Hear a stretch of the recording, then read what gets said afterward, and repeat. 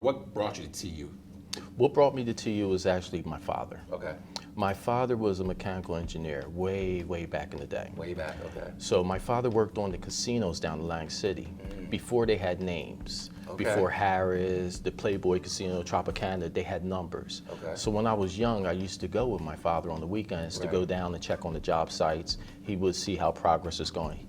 And being a mechanical engineer, it tipped the scale for me. It had me thinking of more that I could do for myself and what my father has done. Now, he's long has passed now, but I got the opportunity to experience a lot from him. Okay. And he actually introduced me to Steve Wynn, who has Wynn Casinos. What? Are you serious? My father actually left Jersey, went to stay with Steve Wynn, back to Las Vegas to build one of his casinos. My father never came back. He put his roots down in Palm Springs, California, Okay. at the JW Marriott. He actually did the mechanical system in there. I'm not sure if any of your viewers or yourself are aware of it. It's an incredible hotel where they have, I want to say, this river that comes through. You get little cabanas and you go out to different restaurants and to the golf course.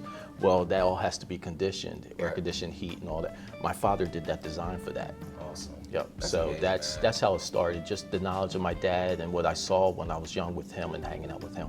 Is that what made you want to do civil engineering? Stay in That engineering I field? knew I was going to do engineering, architecture. I just didn't know what. Right.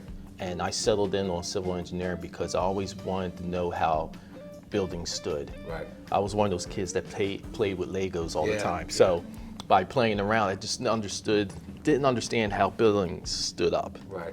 By being a civil engineer, I found out how. Oh man, that's amazing. And then you graduated from Temple, and then what was your first job? Well, first of all, did you know you wanted to get into commercial real estate per se?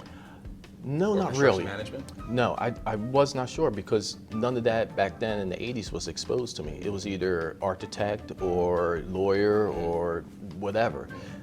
Understanding what a civil engineer, I didn't know I could do bridges, highways, I did not know until I got into school, and then I just started putting my feelers out and it started to grow from there. But I always loved buildings. All right. And I wanted to stick with that. So I knew commercial was pretty much where I was leaning towards, more than residential or anything else.